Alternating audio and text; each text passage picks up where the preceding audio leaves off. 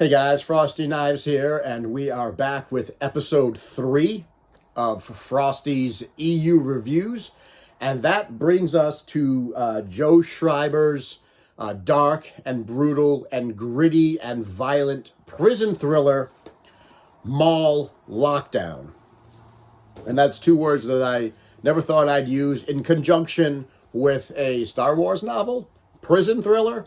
But that's exactly what this is. If you think Shawshank Redemption meets Fight Club with Darth Maul playing the role of Tyler Durden, then you have a pretty good idea of what this book is. So this is Joe Schreiber's first novel that we're reading in chronological order. It's another book that he wrote that we're gonna read a little further down the line that I'm really looking forward to. But this is the first time we encounter this author. So in this book, this is the second mission that Palpatine sends Maul on. And it's more of a personal mission. He sends him to infiltrate a prison complex called Cog Hive 7. Gives him a fake name and a fake identity and a fake backstory. And it sends him to infiltrate the prison because he wants him to locate an arms dealer called Iram Radike. And he wants Maul to purchase a nuclear device that they are then going, from the arms dealer, that they are then going to hand over to the Bando Gora, which is a death cult. And then the Bando Gora is going to use that to attempt to assassinate Darth Plagueis. So this is an attempt by Sidious to kill his master. First attempt by Sidious to kill his master. He's trying to do it through assassination, through proxy. And he tells Maul there's only two things you can't do. We're not ready to reveal ourselves to the galaxy. We're not ready for the galaxy to know that there are Sith out there. So he tells Maul, you can't use your lightsaber, and you can't use the Force. Those are two things that Maul cannot do. So everything that Maul has to do, he has to do without using those two things. Sort of cripples him in a way, I guess. It's just Maul and his hands and his mind and what he can do without that. So this was a very interesting book. I love Darth Maul-centered stories. We didn't get enough of Maul in the movies. I thought there should have been more Maul, as I've mentioned before. But anytime there is a Darth Maul story, Darth Maul-centric novel or short story or novella or whatever it is, I'm all for it because I just love me more Maul.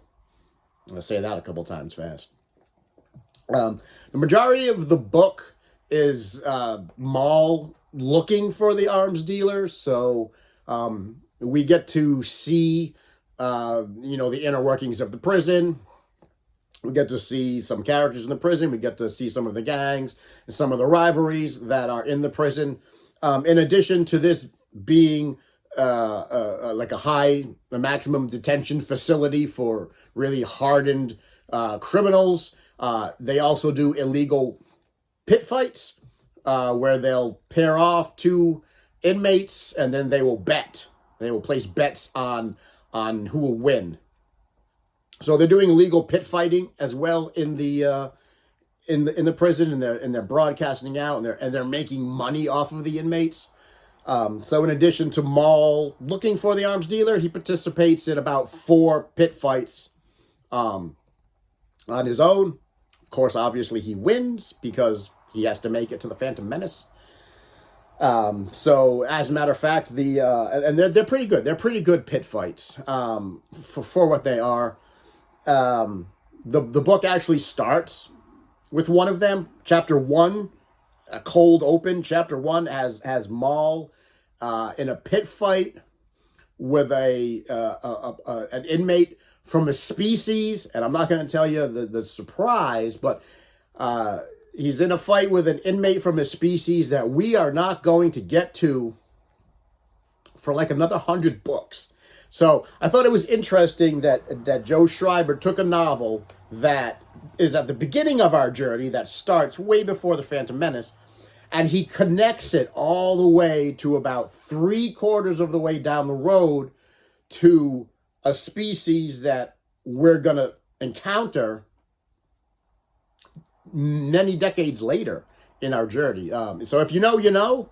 If you know, you know. But I thought it was a wonderful, wonderful way to open the book, and I actually had to read it twice because the first time I read it, I was like, "Is that what I think it is?" And then I read it again, and I was like, "That's what I think it is. It is indeed what I think it is." And I was really excited that he included that in the book. There's also a really graphic and interesting fight with a Wampa. So if you ever wondered or wanted to see Maul fight a Wampa with his bare hands, it's in this book. That's one of the other pit fights that Maul has to do. Maul versus the Wampa. So it was a very interesting book. It was very well written. It's very dark. It's very gritty. There's a lot of seedy undertones to it. We get to see the dark undertones of the galaxy. It is quite possibly one of, if not the most violent Star Wars novel I've read that's out there.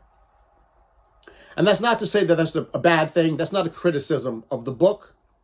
I quite enjoyed it, specifically for that reason, because that's the section of the Star Wars universe that I think doesn't get enough light shown on it. Sometimes we always think we watch Star Wars or we read some of the books, and it's very clean. It's very tidy. There's a lot of light. There's a lot of Jedi. There's a lot of meditating. And we get to watch the space battles. You know, we like the space battles, and we like watching the space battles, and we like seeing the different species, and we like seeing the Ewoks, and we like seeing the Gungans and all the foresty planets and all the bright colors, and we like watching the Jedi fight and the colors of the lightsabers and all the wonderful choreography that happens when Jedi fight, either one-on-one or en masse with each other when there's giant battles. And there's a lot going on, and it's very wonderful, it's very colorful, but we forget that there's violence in that, and that there's violence in the Star Wars universe, and that there's violence in things, because it sort of glosses over all of that, right? When Obi-Wan hands Luke his father's lightsaber, and says, "This is your father's lightsaber. It's a Jedi's weapon, a civilized weapon for a more civilized age." Really? Ben? Can I call you Ben? If that is your real name? A civilized weapon? Well, how many limbs have you personally lopped off, Ben? I bet if you asked Anakin, limbless, burning on the shores of Mustafar, if there was a civilized weapon, he might have a different opinion. So, that's how we were presented with lightsabers. They were civilized, more civilized than blasters. And we forget that there's violence. Come see the violence inherent in the system, right? We forget that there's violence in Star Wars, that there's drug cartels, that there's bounty hunters, that there's dark places in the galaxy where there is no law, that the anarchy and lawlessness is the law of the land, where it's kill or be killed. Sections of the galaxy where there's just dark and seedy things that happen, right? Obi-Wan also told Luke about Mos Eisley that you'll never find a more wretched hive of scum and villainy. Well, Obi-Wan never made it to Cog Hive 7 because there are other wretched hives of scum and villainy out there, and Mos Eisley was quite tame compared to this one. So I'm glad that they shone the light on that, because we have to be reminded every once in a while that in the midst of all of these wonderful things, that there is violence, and that there are people who live by that, and there are people who live by kill or be killed and things like that. For God's sake, when we first meet Han Solo, he's a drug runner. Let's call it what it is. Jabba was a drug lord, and Han was a drug runner. But we don't talk about that, right? We call it spice, and we fluff over it. But we think everything is all Ewoks and Gungans, and it's not. So, I'm glad that there are books like this that every once in a while has to bring it back, has to remind us that, yes, in addition to everything that we do love, there is also lawlessness in the world. There is also violence in the Star Wars universe. There is also bad people doing bad things to other people just because they can. So I really enjoyed this book. I gave it a 4 out of 5. Can we first talk about how badass that cover is? I love this cover. This is one of my favorite covers from a Star Wars novel. This is just a wonderful. This would make a really great tattoo for someone if they wanted to do that. I just love this illustration of Darth Maul.